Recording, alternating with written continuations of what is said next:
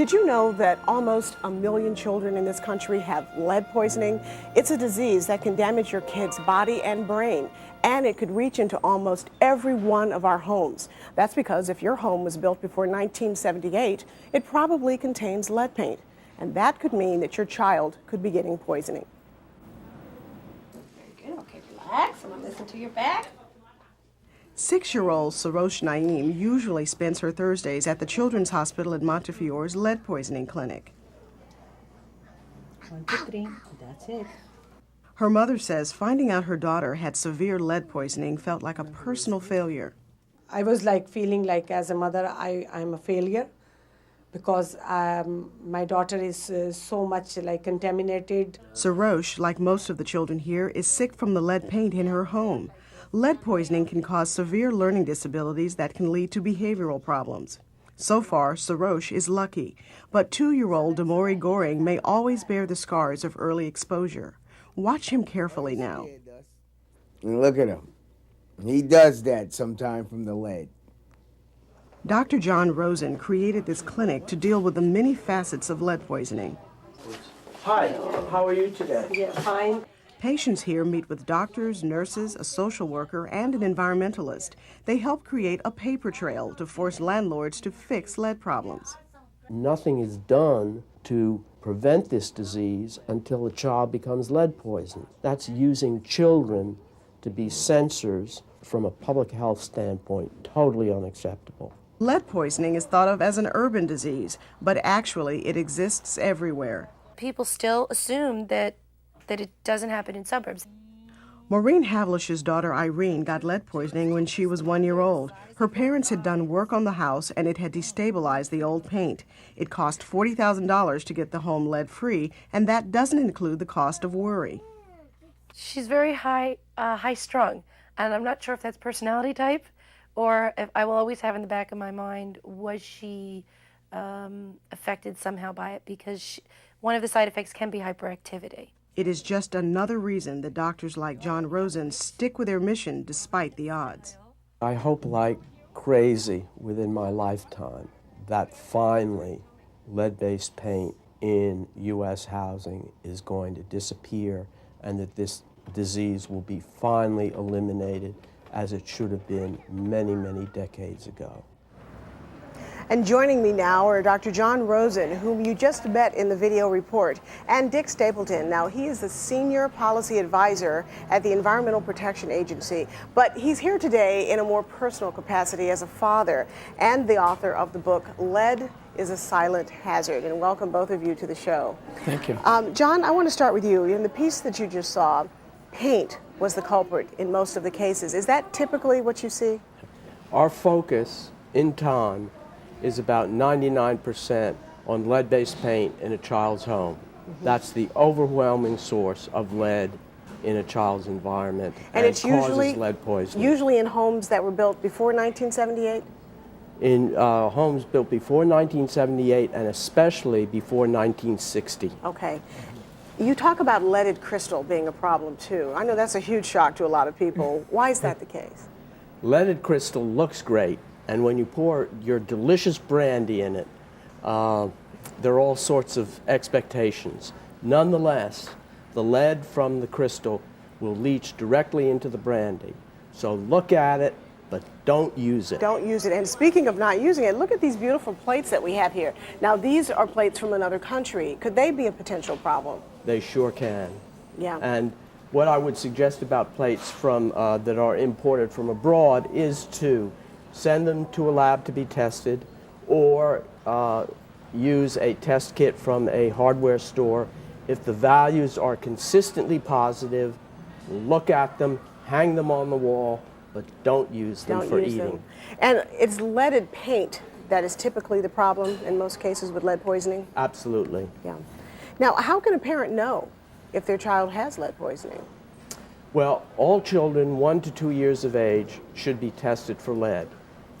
In addition, housing, as I mentioned earlier, built before 1960 should all be tested for lead, and then ultimately housing built before 1978. And I do want to make a very important point, and that is it is not acceptable for children to be used to detect lead in the environment. For this, we have instruments, Right, and and we the don't wanna use instruments children. must be used, not children. Yeah. Unfortunately, there aren't a lot of symptoms for parents to look for in children that have been poisoned. And I know that, Dick, you have that experience with your own child where there were no symptoms. Tell us about that. Well, we were absolutely clueless. We found out about the situation totally by accident. Ironically, I was producing a radio series on lead, and in producing the series, came to realize that we were at risk because of the age of our house, Right. and the fact that we were doing renovation in the house. But your child was fine. There were Child no was particular fine. symptoms. But Child when you was just tested your fine. child, When we tested the child, we got this awful news that our child had lead poisoning. unbelievable. And how is he doing now? He's fine. He's doing well now. Absolutely. To reinforce what John says about testing, if you test, you can find out, you can prevent this disease. It is entirely preventable. Right. With testing. Now, Testing to find out whether you have it, and Right. then preventing it by removing the child from the source of lead. Now, John, there are some specific health problems associated with lead poisoning that we need to talk about. What are the kinds of things that can happen? The effects of lead can be devastating for an individual child. They are lifelong, they are learning disabilities, there are no cures, and there's no recovery. So the effects on an individual child can be devastating for the rest of that child's entire life. And there are some specific examples, lifestyle issues in terms of just being able to think clearly, driving, for example. Well, for instance, in younger children, being able to concentrate in school, being able to sit, listen, and understand what the teacher is saying in school, being able to absorb the information on a blackboard. In older children or as in teenagers, if driving, not being able to understand or interpret road signs. If cooking, not being able to follow the sequence of a recipe. Right. If trying to navigate in an inner city bus or subway system, not understanding the directions. These are things that I'm sure that most people would never attribute to having been exposed to lead. And when our producer, Justine Simons, started researching this story, she began to wonder if her own child's health might be in danger. So she went on her own search for hidden lead. Here's her video journal.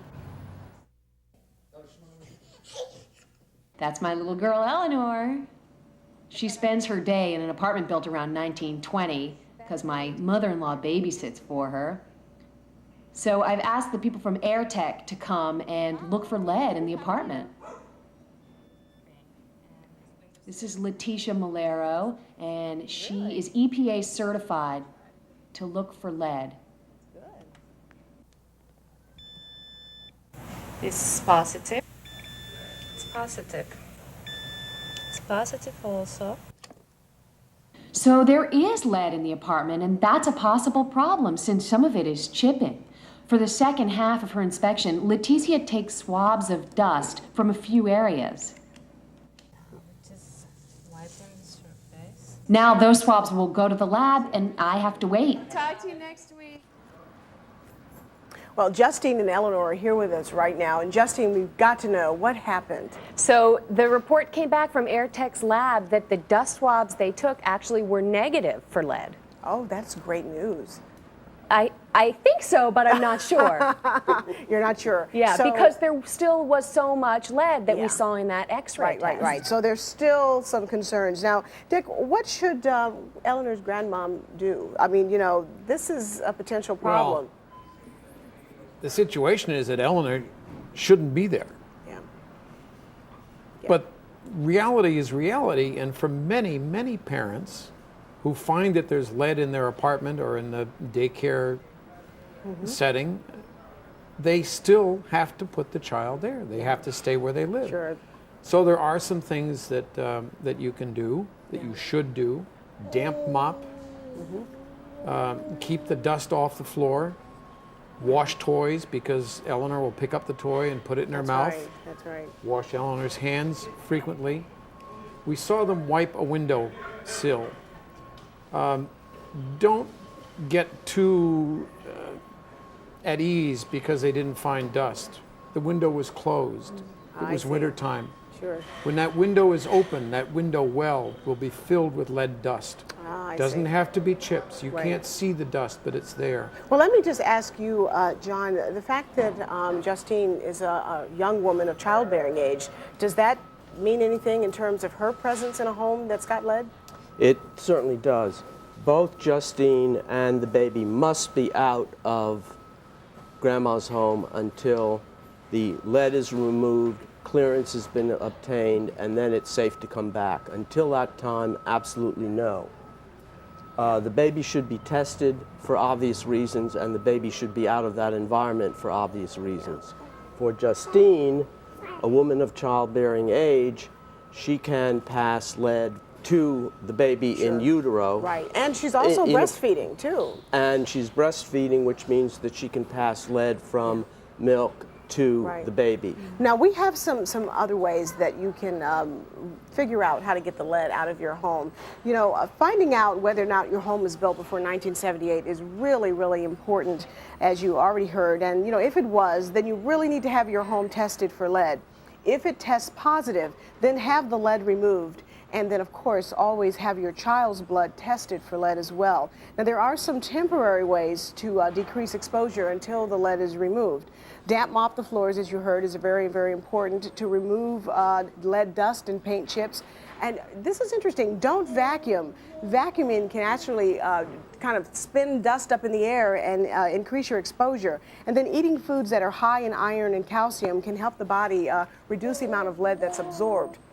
And let's talk a little bit about the vacuum cleaner, because not all vacuum cleaners are not good for this. There are some that you can use.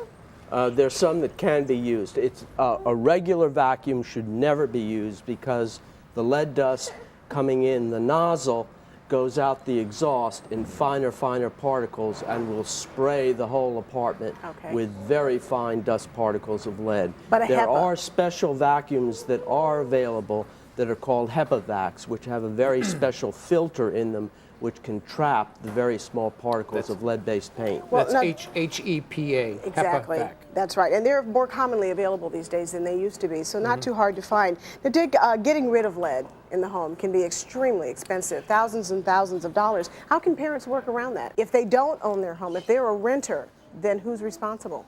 The landlord. The landlord is responsible. The landlord is responsible, but still, you are the parent, and it's your child, and it's your responsibility to do everything that you can within reason. And so what can you do? You know, you've got this big bill looking at you. How do you get around that? Well, if you own a home, the first place to start, particularly an older home, replace the windows. Yeah. This is the biggest single contributor to lead dust in the home. It also has some payback because presumably these are old windows, they leak air and air conditioning and so on. Well, let me just ask you, John, we don't have a lot of time. If you've got a child that's testing positive for lead, what can you as a physician offer that child? Right. There are some medicines which can remove some lead from a child's body very, very rapidly. Okay. And that's an important tool that we use in clinical pediatrics. But again, it's so important to see you so that we can avail ourselves of your care so that we can do something about this, because it's such a terrible disease. Now, for more information on lead poisoning and to find out where to get help, you can visit nolead.home.mindspring.com. And that's Dick Stapleton's website. And you can also call Dr. Rosen's lead prevention program, and that number is 718-920-5016. And if you don't live in their area, they can tell you where to go for help. Thank you all so much for talking about a very, very important topic, and hopefully we'll get more kids tested. I'm Dr. Winnie King. We'll see you next time on Keeping Kids Healthy.